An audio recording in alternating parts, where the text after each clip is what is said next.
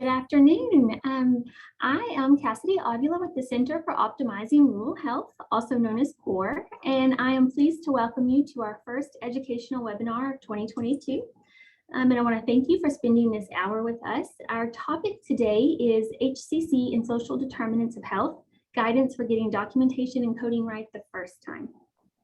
We will be sharing a link to this recording of the webinar with you in an email tomorrow, along with a short 1-minute survey and any resources that might be mentioned today. So be sure and look out for that in your inbox.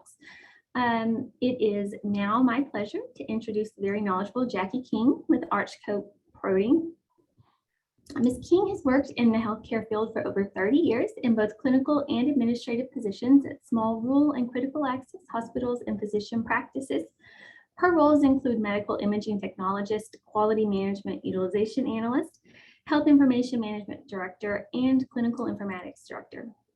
Ms. King received her Master of Science degree in Health Information from the University of Illinois at Chicago in 2012, and in 2016 joined the Illinois Critical Access Hospital Network as HIM Consultant in Compliance and Clinical Informatics Director for the Illinois Rural Community Care Organization, ACO. Jackie joined Archco Protein in Archpro Coding in January 2019 and also serves as Director of Critical Access Hospital Education for the organization. Her primary duties in both roles include providing education, sharing resources, promoting efficiency and best practice, and improving healthcare services for small, rural, and critical access hospitals and their rural communities across the country. Jackie, I want to thank you for being here with us today, and also a special thank you to Julie, who's running the webinar for us, and it's all yours now. Wonderful. Thank you so much, and welcome everybody. I'm very happy to be here. I apologize for my nasally sound, and I have cough drops if needed. I have a cold, but I'm getting over it. So sometimes when you talk, when you're getting over a cold, you do get a little tickle in your throat. So we're going to talk about HCC and social determinants of health today. So what we're going to talk about, what is a hierarchical condition category? Why is it even important to your organization, and how to get it right? Just housekeeping items, we will be sending slides out. Cassidy will be sending them out tomorrow, along with the recorded link. Okay, I had somebody else ask, so I wanted to let you know. So Cassidy gave you quite the overview of what I do in both of my jobs. So I am a consultant here for Archpro Coding, but my full-time job is at the Illinois Critical Access Hospital Network, or ICANN. So just a little bit more about Archpro Coding. We're an education and membership organization, and we're dedicated to providing education to rural healthcare organizations. Grew up rural, still live rural, 9,500 people in my town in Northern Illinois. We also offer the nation's only coding and billing credentials that are specific to FQHCs, RHCs, and critical access hospitals. So that's a little bit more about Archpro Coding. I'll have some contact information at the very end of the presentation. The agenda for today will define what an HCC is, and then get into the methodology of how to capture that with documentation and with coding. And then social determinants of health, SDOH, we'll do an overview of that, and the methodology again of capturing it by documentation and coding. So the origins of where did HCC risk adjustment, whatever, come from?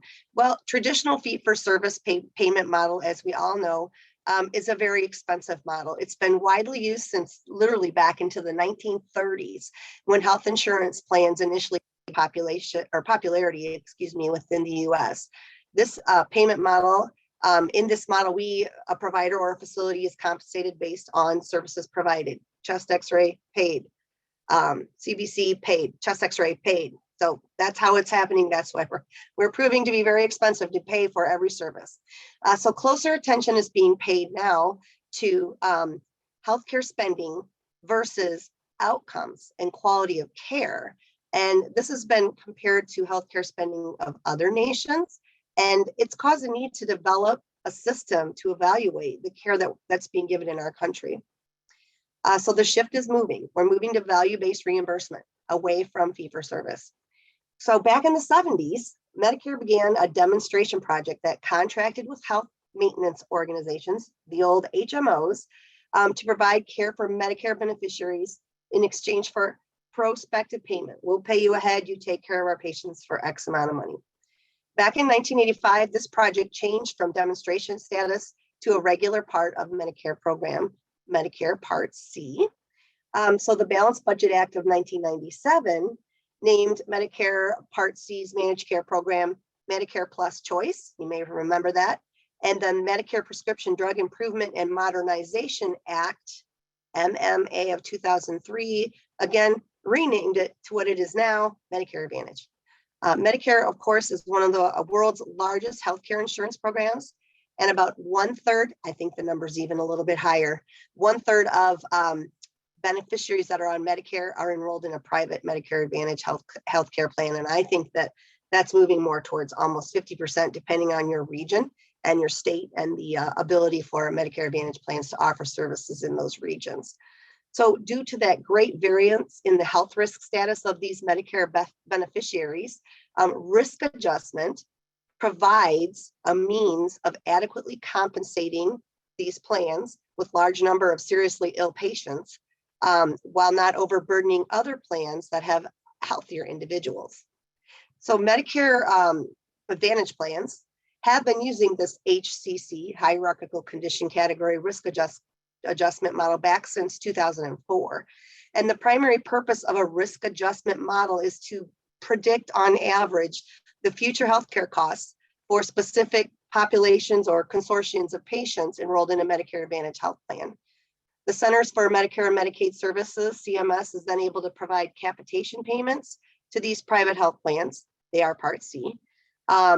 And then it incentivizes them to enroll not only healthy people and just have the walkie-talkie ambulatories, but those with chronic conditions or those who are more seriously ill, by removing some of that financial burden of caring for that high-risk population. So the MA risk adjustment model uses HCCs to assess the disease burden of its enrollees. HCC diagnostic groupings are created after examining claims data so that enrollees with similar disease processes and consequently probably similar disease health expenditures and similar disease burdens could be pulled into a larger data set in which an average expenditure rate could be determined. The medical conditions that are included in HCC categories were determined to most predictably affect the healthcare status and the costs of any individual.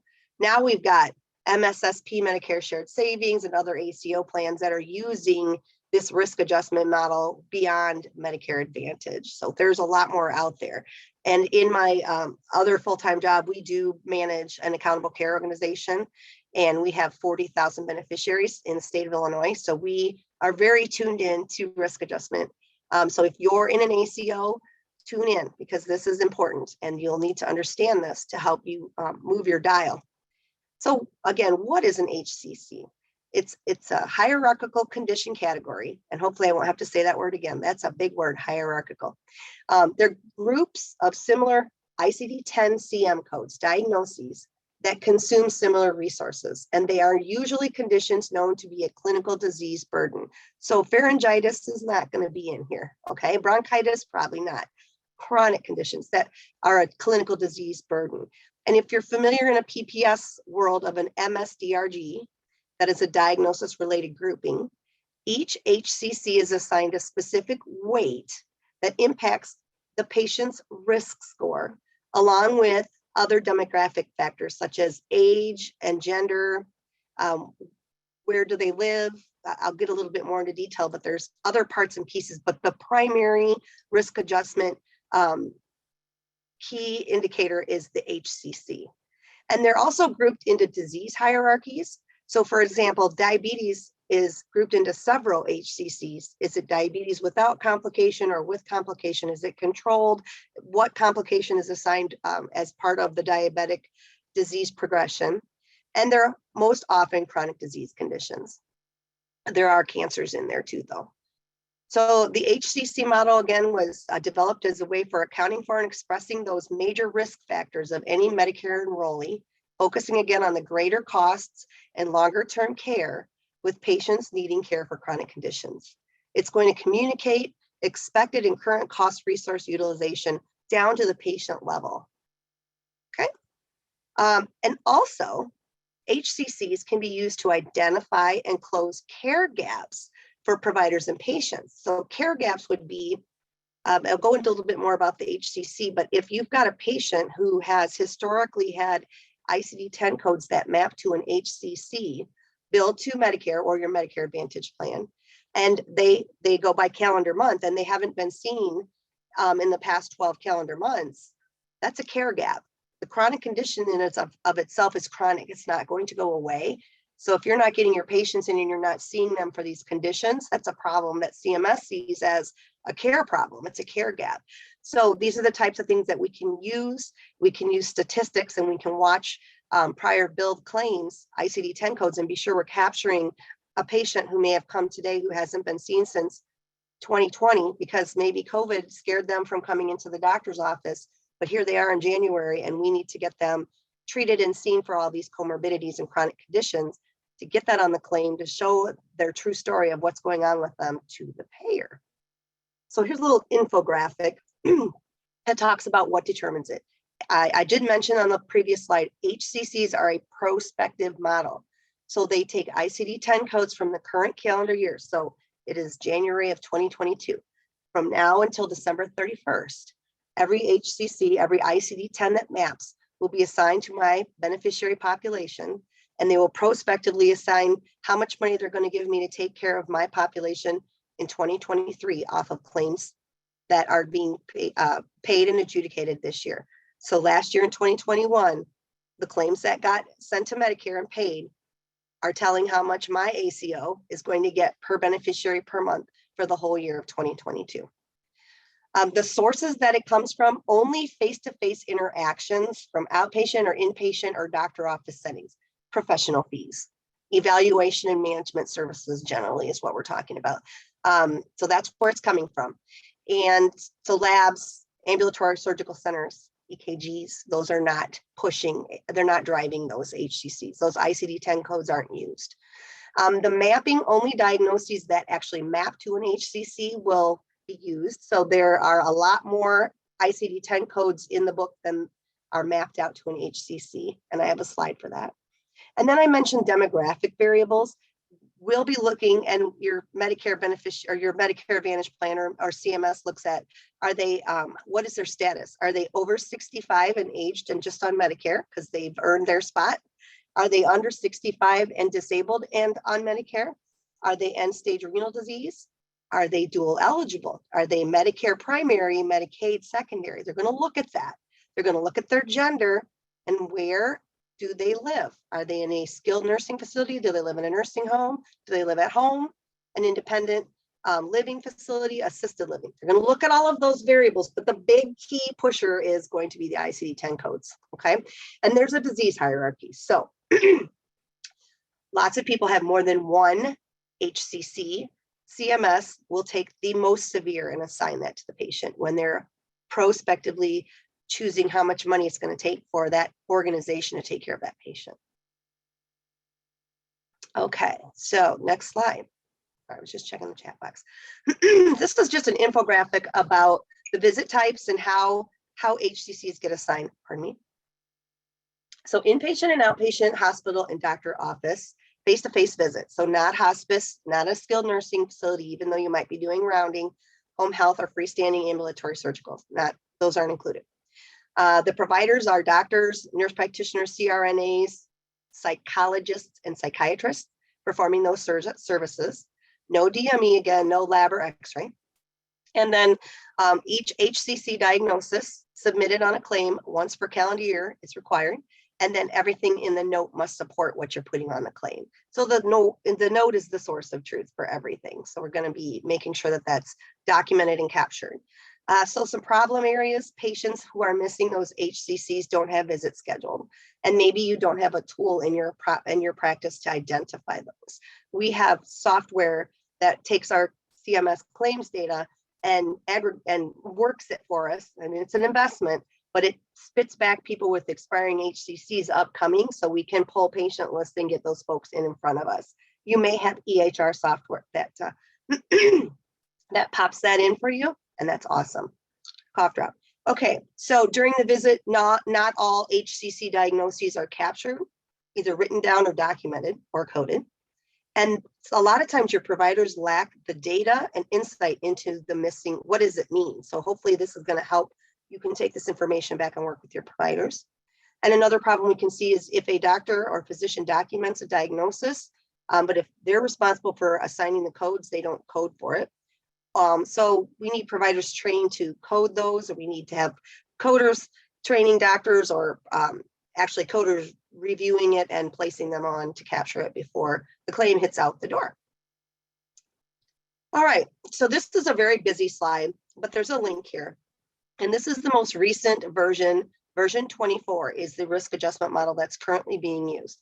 What I want you to see here, and there's a link, you'll get this in the slides, the link will be live. Over here, we have about 9,700 ICD-10 CM codes mapping to around 86 HCCs. There are close to 70,000 ICD-10 CM codes. So that if that gives you a visual, there's not that many that actually are going to map. And you'll see in here a whole bunch of different codes in the different categories, and how what are the ICD-10 codes that are mapping to the description of the HCC, and then what the number of HCC is, and then if there's a disease hierarchy. So C are cancers. And you'll see that there are disease hierarchies. You don't have to know this. You don't have to memorize this. I just want you to be aware of what's happening behind the scenes when your codes are being placed out on your claims, and how they're using this to calculate prospective assignment for dollars, okay? You can certainly review this. Also, just know that the number, like HCC 19, doesn't necessarily mean it's higher weight than HCC 8. That has nothing to do with it. Okay, where do these come from? They come from your claims. So they come from billed claims to Medicare, outpatient and professional services claims.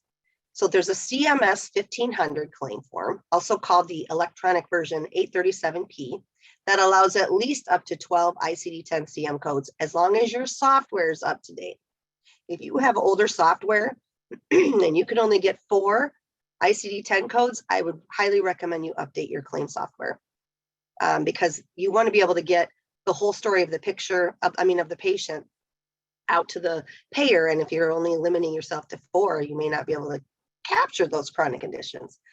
Then there's the CMS 1450, or the UB, or the 837I, which allows up to 20 ICD-10 CM codes. So that is a lot easier to bill on.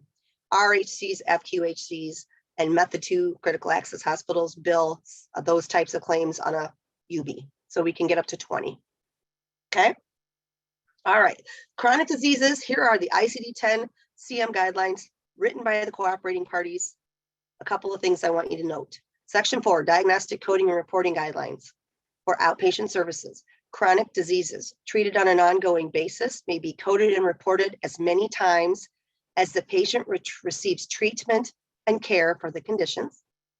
And then Section J, code all documented conditions that coexist at the time of the encounter and require or affect patient care, treatment, or management. So there it is, right in the guidelines. So what can we talk about? What are some common documentation issues that we have when we're looking for HCCs? We're the coders now. We're trying to find these. Not documenting or coding to the highest specificity. We need our providers and our clinicians to be precise and detailed. Is this a drug-dependent patient, or is this abuse of drugs? Is the cancer active, or is it in remission? Is the condition acute, or is it chronic? Or is it acute on chronic? What's the stage of the chronic kidney disease? I mean, there's a lot we can get. Is this person dealing with hemiplegia from a stroke? Right-sided? Was the right side their dominant side? Those are things that are down to that minutia level that mean a lot when you're telling the story of the patient. And that is why we need that nice, precise, detailed documentation. We'll see chronic or coexisting conditions not documented, left out of clinical documentation, because the provider maybe isn't addressing them per se. Today, they're here for an acute condition that maybe they bumped their knee and it's swollen, and I'm going to make some medical decision making, but I also have to keep in mind this person has rheumatoid arthritis, stage 3 chronic kidney disease, blah, blah, blah, blah, blah. I'm thinking about all this when I'm taking care of this swollen knee. I need to write it down. I'm thinking about it when I'm making my medical decision. I'm going to decide if I'm going to give them a CT with contrast or not when they have stage 4 chronic kidney disease. So if you're talking with your providers, and if you are a provider, you know you're thinking it. So we want to make sure they're getting it onto the paper, they're getting it into the EHR, so we can grab that and get that on the claim. And then we see history of, using the words history of when documenting a current stable chronic condition or a current condition. And it goes back to the old history of present illness. That's where that history is coming from. I would really, really guide you to use chief complaint. Patient is here with a chief complaint of instead of history of. I know that's where it's coming from. Been doing this for a long time, but history of pushes us to a different ICD-10 code than a current condition. So what can we do about capturing those ICD-10s? Let's talk about the MEET acronym. Hopefully everybody's familiar with this MEET acronym. It's a little scary for coders and even providers. It's a new way of doing things. And so I want you to get comfortable with MEET. Did we monitor signs, symptoms, disease progression? Did we ask about, are you coughing with your COPD? Are you having to use your rescue inhaler? Did we evaluate? Did we have test results or response to treatment? How did the NSAIDs work on your chronic lower back pain? Did we assess or address? Did we do testing? Did we have discussion? Did we review records? How did we counsel the patient today? So did we assess or address? And then treat. Did we prescribe medications or therapies or other modalities? Any of these letters in the MEET acronym mean the ICD-10 code is captured. It can be placed on the claim because we've responded to this in the MEET method. When you look at CMS, we can literally even pull a code from a problem list if we can see evaluation and treatment shown for each condition as it relates to a diagnosis code on that problem list. You can use them from past medical history if it's pertinent too. If the provider writes the past medical history and it's pertinent to today's case. Here's some quick examples. Past medical history, CHF, symptoms well controlled with Lasix, continue current meds. Major depression, patient continues to feel down despite Zoloft 50 mgs daily, let's increase to 100 milligrams daily and monitor. And hypertension, stable on meds, continue current dosage. I don't even need to be being treated for any of these. I could be having a sore thumb today, but if this is in my problem list, I can absolutely get it on the claim, and I should. So common documentation best practices for HCC, and I've got a really good reference for article for you to read. All causal relationships should be linked for complications or manifestations of disease processes. If I have peripheral vascular disease, if I have ophthalmic issues, is it because I have diabetes and this is a complication directly related to my diabetes? I need that written down so I can link that. So I, as a coder, can assign the correct, most precise ICD-10 code. Include current diagnoses as part of the current medical decision-making process and document in the note for every visit. We know you're thinking it.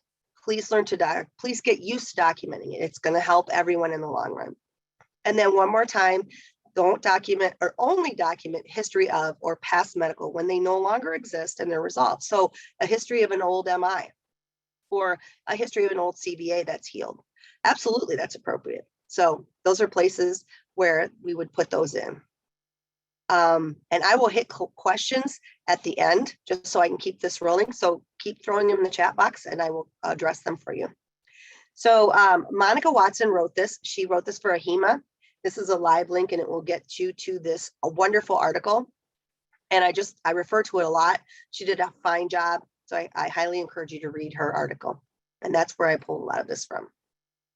All right, best practices for HCC coding capture. So we talked about documentation, now for coding. You're going to see a trend here.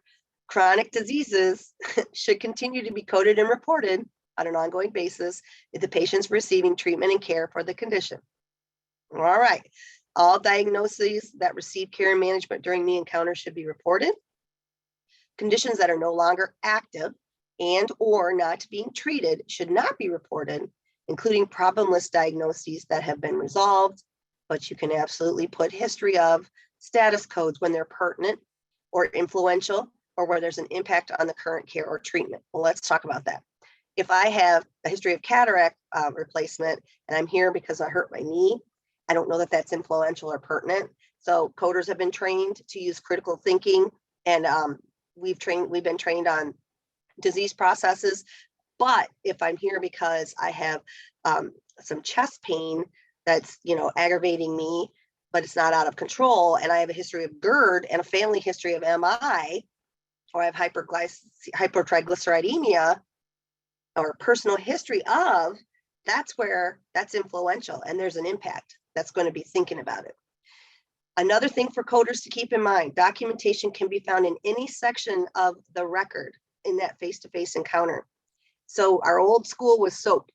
For instance, the diagnosis doesn't have to just be in the AP of the SOAP, the objective or the assessment plan. It can be anywhere. We've got to watch for that documentation. We were not trained that way. This is a new way of thinking. And this is the way to better reflect what's going on at each encounter for that patient. Remember that claim tells the patient's story. It's telling the story to your payer. It's telling your story to your public health people. It's telling your story to your internal administrative team.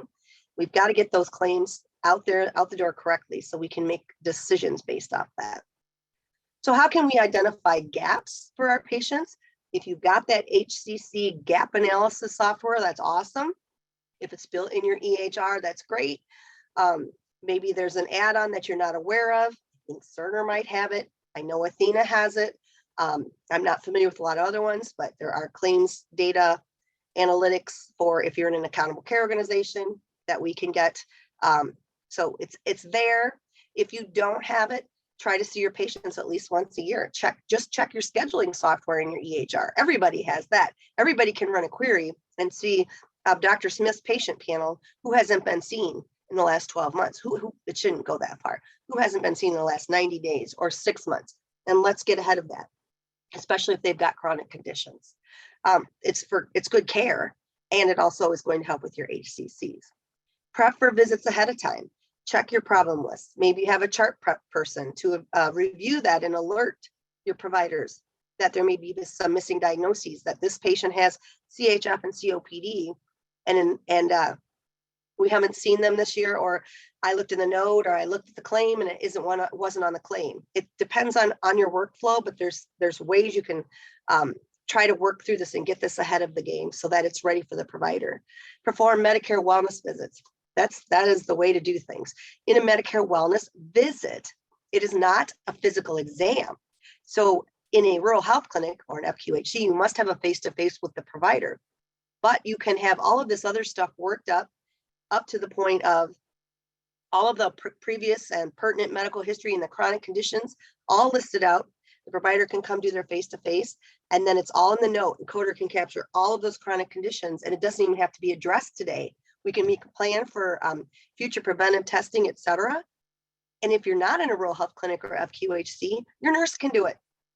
So that's pretty exciting. And then perform coding audits, internal coding audits, peer-to-peer audits, external coding audits. Many times you've got federal funds out there, flex funds, SHIP funds, grant funds. Use some of those funds to perform coding audits. So that's an idea to help you capture those. This is my Medicare well visit slide. This is the key. Capture all your chronic conditions on one claim. You don't even have to address them today. Keep your patient in your practice. We are all about primary care, and the focus is the primary care physician or provider is your gatekeeper for all other services. So keep them in your practice. It doesn't cost anybody any money. It gets you money in the door. It's a win-win. Gets those ICD-10s on the claim.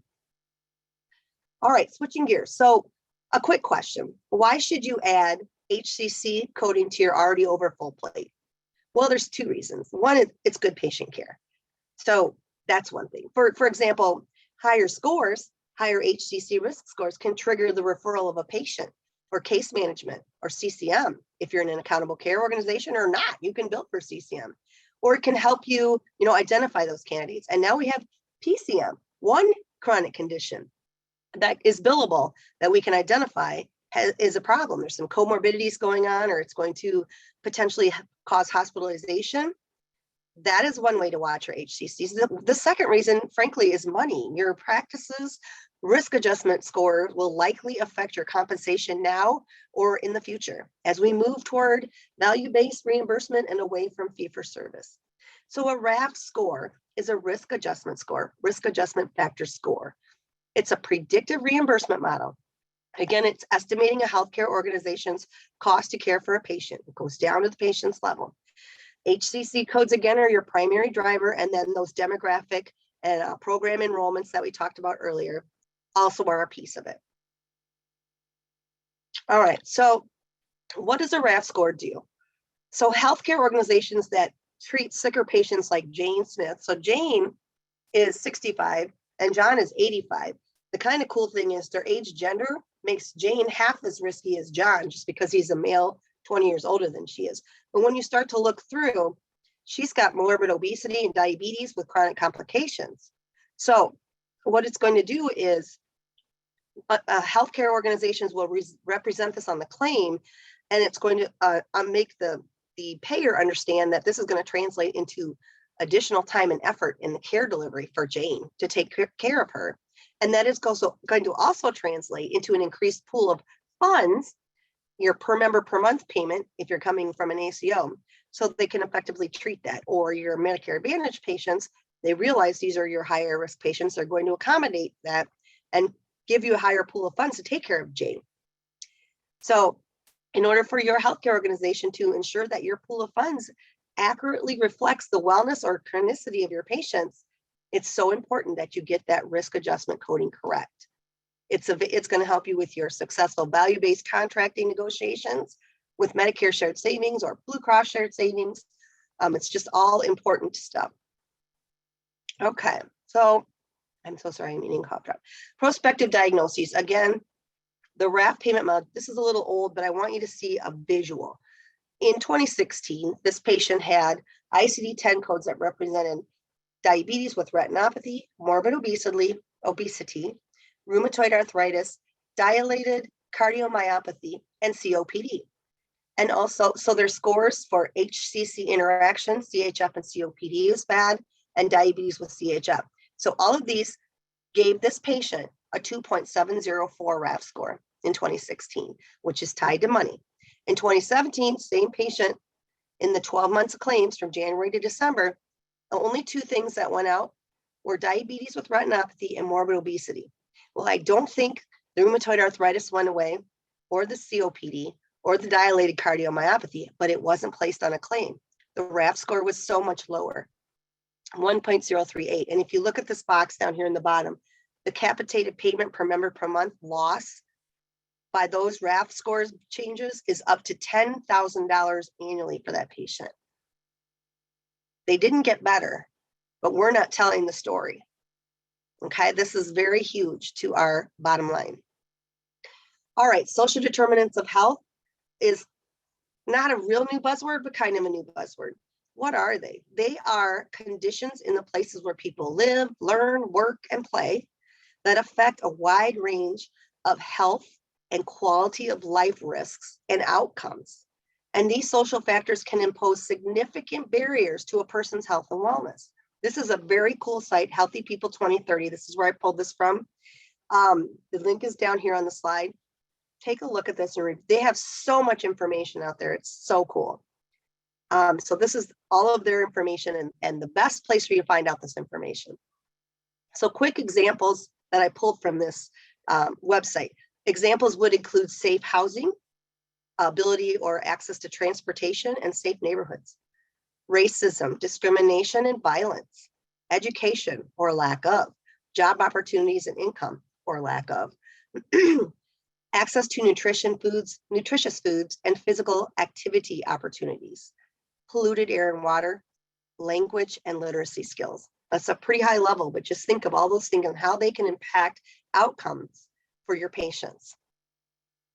The CMS Office of Minority Health has been doing data highlights on Medicare beneficiaries having Z codes that directly are linked to social determinants of health.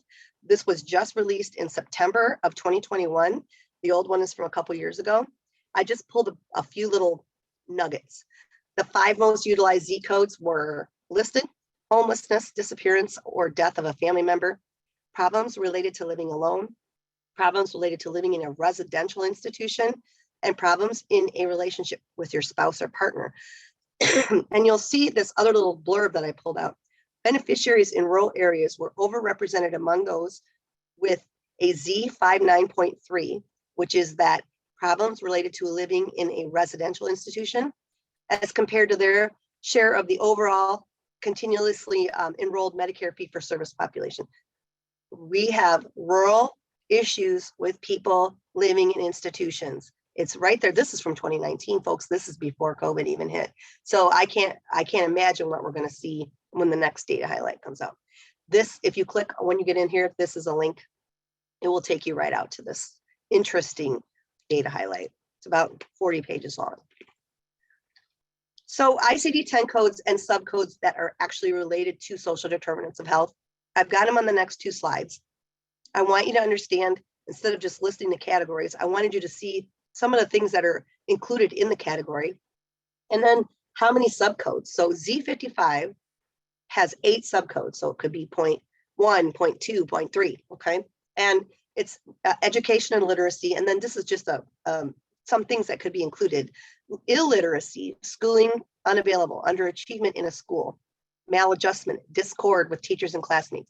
I'm not going to read this whole thing, but I want you to know there's a boatload of information in the ICD-10 CMs in the Z category that can be placed on the claim to tell the story to the world, to the payer, to your internal processes that may identify this patient as a need for help in the community by placing these on the claim. This is the first grouping. The second grouping is here. It goes all the way up to Z65.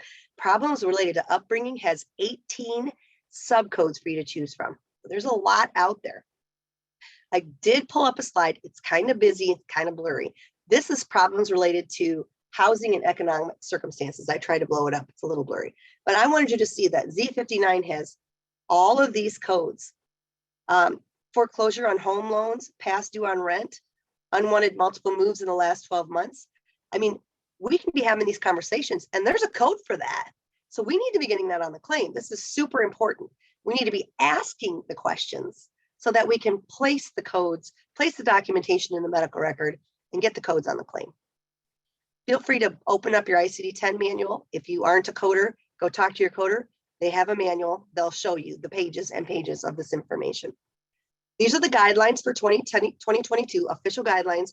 These are the general coding guidelines. And what I'm highlighting here is that there is an ability for documentation by clinicians other than the provider to be allowed to have ICD-10 codes assigned.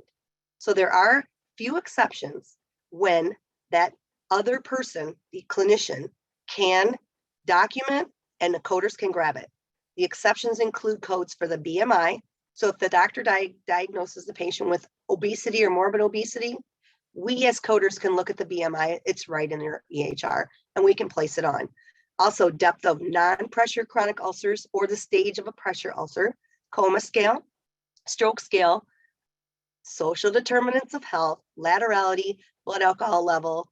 So if they say they're intoxicated, we can also pull that blood alcohol level. So, and right and left is very important. Laterality is very important. They're really watching when there's an ICD-10 that's got right or left specific to it.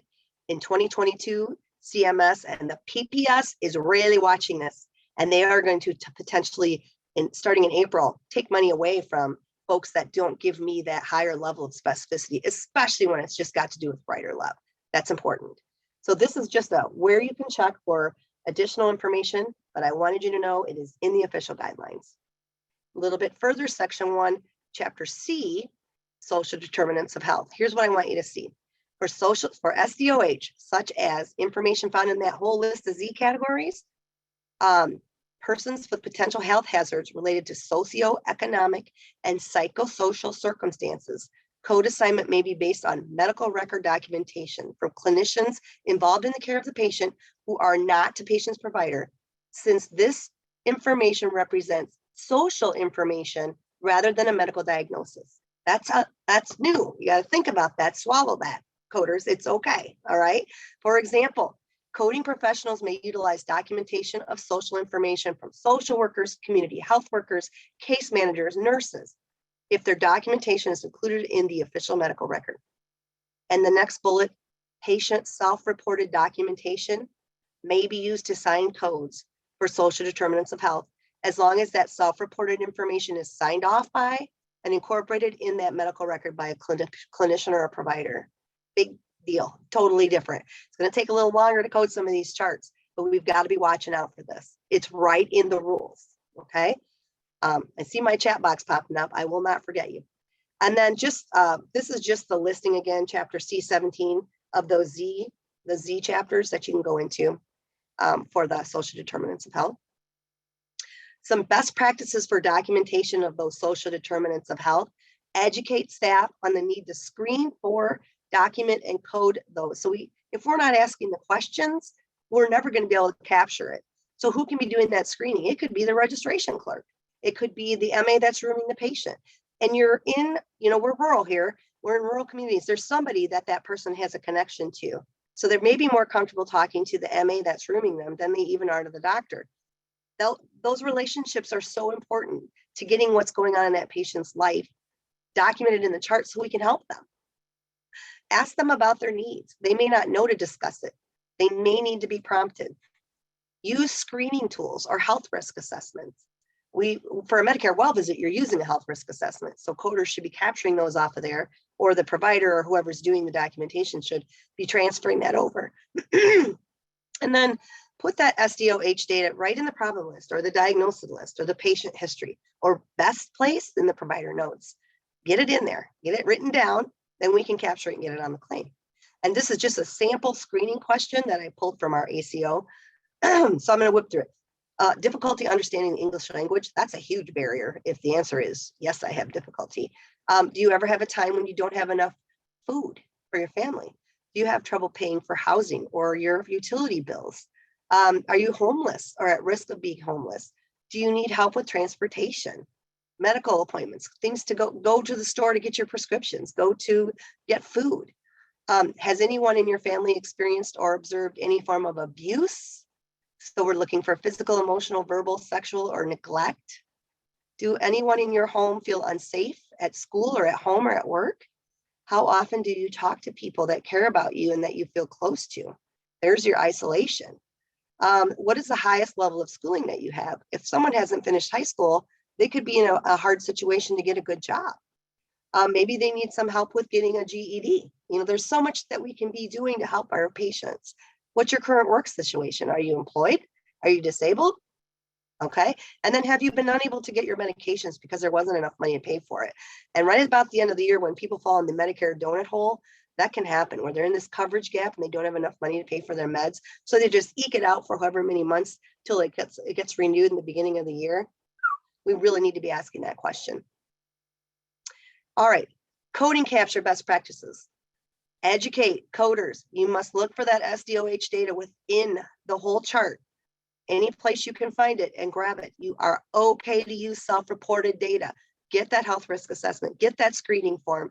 Use information documented in the health record by anybody who's in the care team. Doesn't have to be the provider that signed off on the note. And I cannot stress this enough, folks. Z codes are not optional. It's kind of a feeling that I've caught in areas that Z codes are optional. They're just informational. They're not optional. They're in the ICD-10 book. They need to be placed on the claim. They're just as important as the actual diagnosis, in my opinion, especially when we're talking about social determinants of health.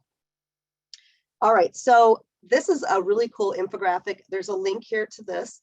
This is from CMS, and it just kind of walks you through. Somebody collects the data during the encounter, documented in the record.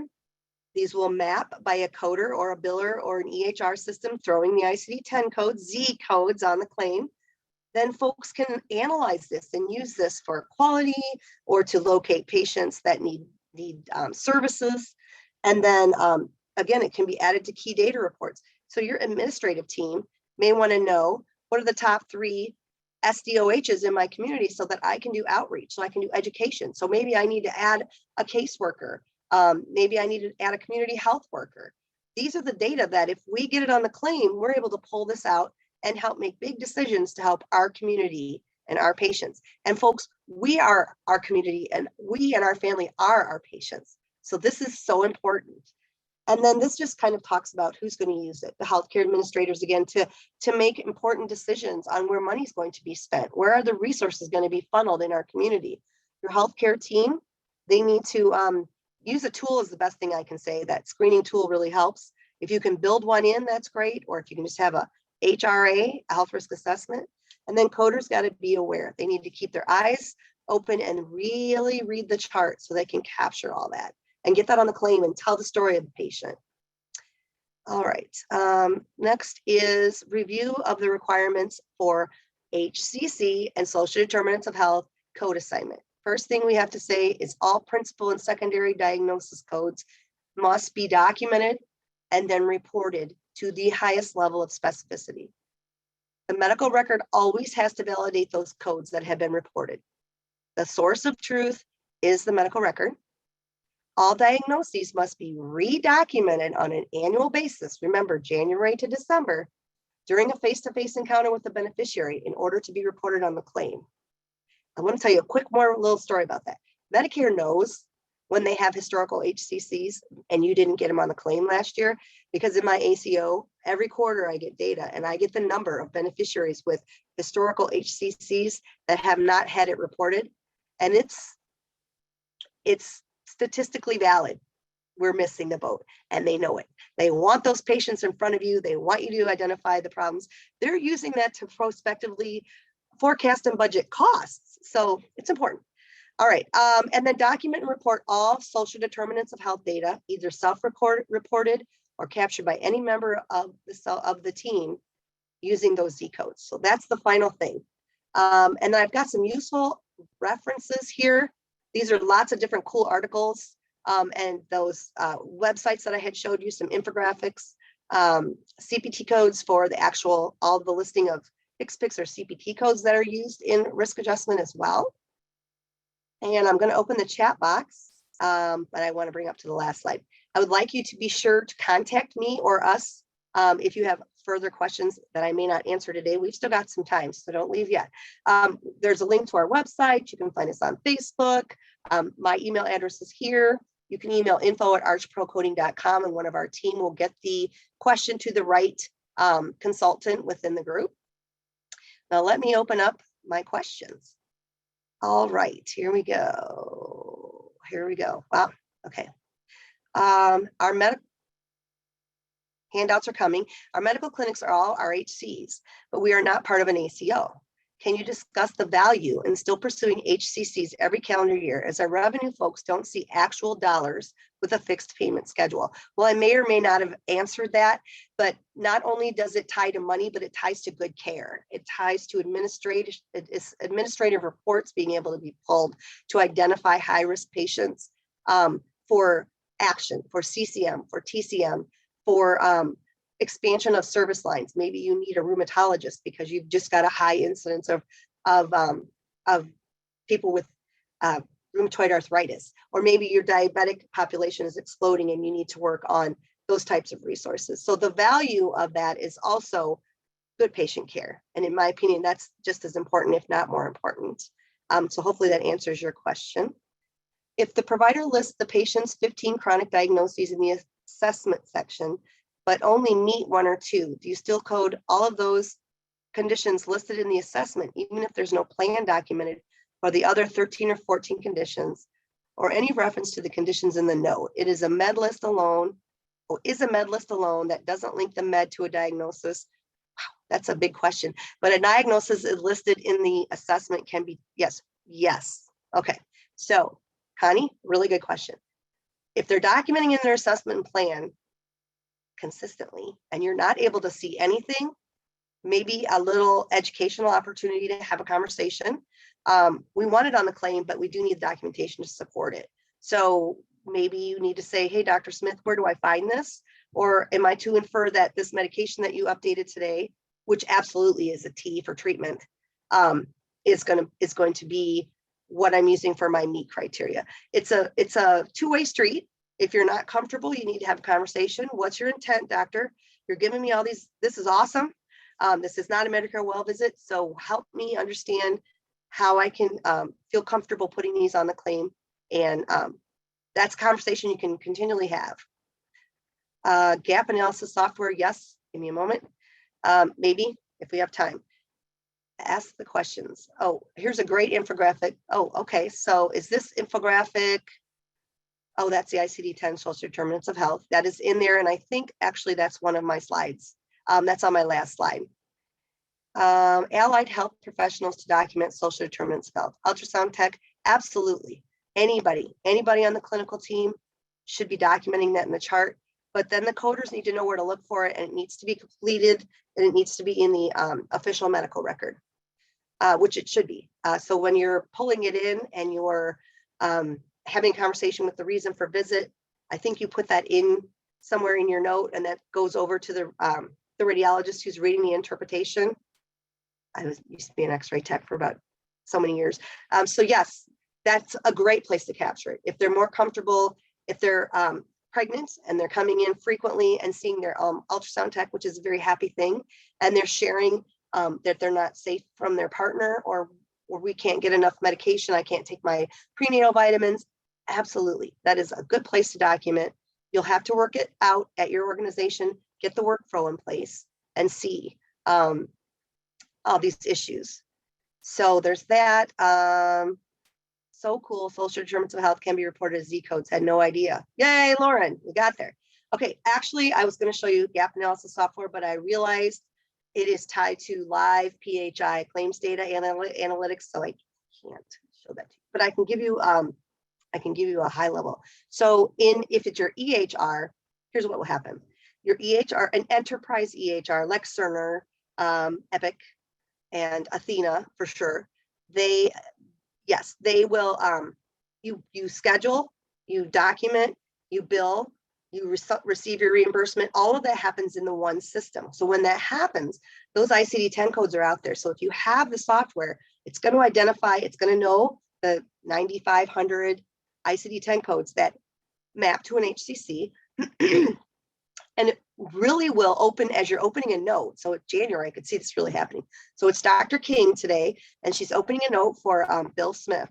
And it's going to pop up that Bill Smith has had these following conditions in a previous claim and has not been addressed in 2022. Would you like to address it today? It literally puts it in your face. So it puts it in the provider space. And so it probably isn't fun the first few months of the year, maybe, because it's obviously hasn't been billed in these 12 months and it goes January to December, but that's the type of thing that will happen. So that kind of gives you the idea of it. So you would check with your EHR vendor. They're going to know gap analysis. They're going to know. If you're in an ACO, you probably have it somewhere in your claims data analytics software. And mine would be ACO related, and I can't show that to you. I'm sorry. Yes, you will get a copy of my slides. Yes, the PowerPoint will be shared tomorrow when I give Cassidy the list of people who attended, and we will go ahead and get you the link to the recording, the slides. She said she's going to give you a survey to see how you liked it. And you also are going to be eligible for one AAPC CEU credit. Oh, there's your survey right in your chat box, folks. So if you'd like to go in there and click the 60-second survey, but we'll be sharing that, and you're welcome. I enjoyed it. Hope to see you all again. Hope it gets warmer wherever you're. I'm sitting at 10 degrees, feels like 2 below, and about 6 inches of snow in Northern Illinois.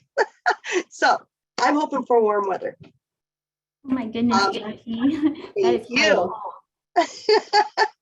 But before we sign off, Jackie, I just want to thank you for sharing your time and expertise with us. And I did just drop that link into the chat. And as we have both mentioned, we will be sharing the recording link and the slide with you, or the slides with you in an email tomorrow from Court. So you can be looking for that. And I thank you so much for your time today, and hope to see you next month. Thanks, everybody. Bye, everyone.